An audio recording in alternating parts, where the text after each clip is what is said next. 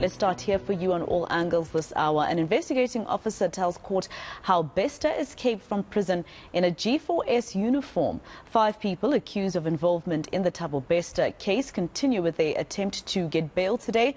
One of the accused, of course, Nandi Pamakudumana, has withdrawn her bail application. In fact, she's reserved it for a later stage.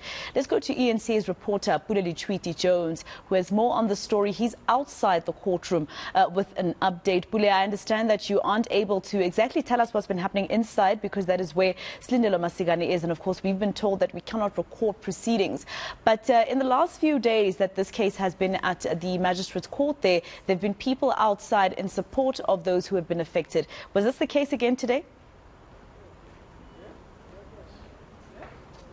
Interesting enough, I've been trying to follow the case through my gadget here on YouTube. That's how interesting it is. But it's been quiet today from the early hours of when the court proceedings actually started. I've never seen it so quiet. In fact, I think this is because one of the accused, Nandi Pamakudumana, isn't appearing here today. We were expecting, of course, fans from the Bloemfontein Celtic Club and, of course, other organizations. I only had a chat with Action SA in the morning.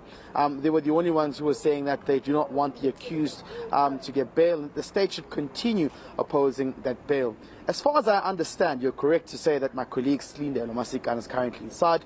Following a tweet as well, we now know that the state prosecutor has been leading evidence through the investigating officer, who, by the way, cannot be identified at the moment. But of course, video recordings, or rather audio recordings to be correct, are allowed or permitted to be recorded. And we understand that the IO has been trying to link the kind of relationship accused number one, of course, being Sinohe Matsuara, had with the late Katlego Bereng.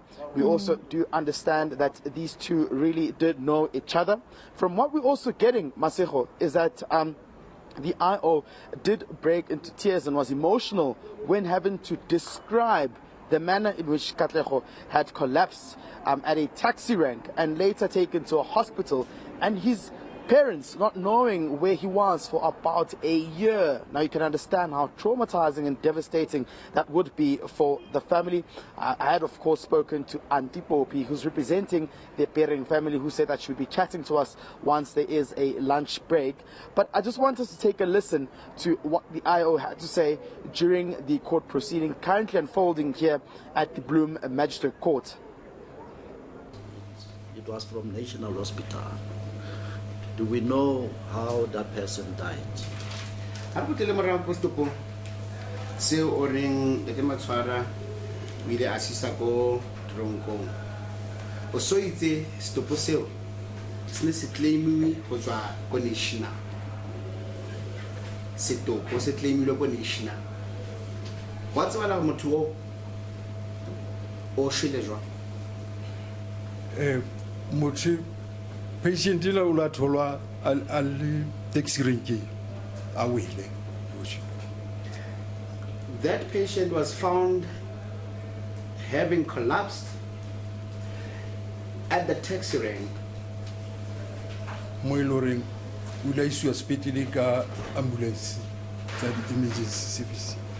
Whereupon this patient was taken by the paramedics with an ambulance to the hospital. Kimo iloring go ya ka di doctor o bua hloka la hospital antse ba ke bana ba resuscitate. And according to the doctors, the patient died at the hospital during the resuscitation, when the doctors were trying to resuscitate him or her. One ono itse ki sugar level ya high ho twinili class. And this patient had been diagnosed for having suffered from a low blood sugar level. All right, Pule, so in terms of what the IO has been saying with regards to Thabo Bester managing to escape the Mangaung prison in G4S uniform, just elaborate that part of his testimony further for us. Well, what we understand is that Katlego Pering's body was used as a decoy to aid and assist Thabo Bester in his escape, having been found in that prison cell as well. Initially there were a lot of inconsistencies in stories that were made in terms of how the late Katlego Pering was actually murdered. In fact, at some point we do understand that there were allegations around how he was hit with a sharp object on the head. But of course, that still hasn't surfaced in court as to whether it was that route that happened in which led to the murder of Katlego Pering. I think the IO has, of course, now clarified as to how he actually was found at a taxi rank.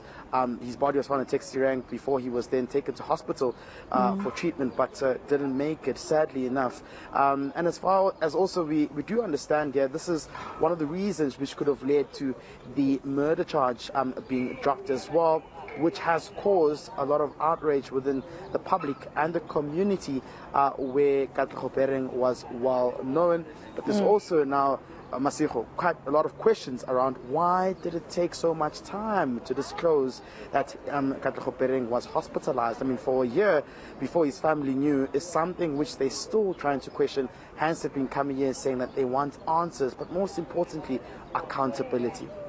All right, Pule Letshwiti-Jones outside the Bloemfontein Magistrates Court for us. And of course, the question is, how did then Nandi Phamukudumana and all the accused allegedly get their hands on the body of Katlego Pering for him to actually be taken into cell number 35 at the Mangaung Correctional Centre to take the place of Thabo Bester when he apparently died in a fire at that facility? It's a long, long story that never ends. Also, some breaking news from earlier today that we heard from Slindelo Masigane, our senior reporter on this particular story, is that a business associate of Dr. Nandi Phamukudumana has demanded an apology from the Home Affairs Minister, Dr. Aaron Motsoaledi, for what she says are allegations that she was involved in aiding and abetting their escape to Tanzania, because Nandi Phamukudumana was found with 3 passports, including hers.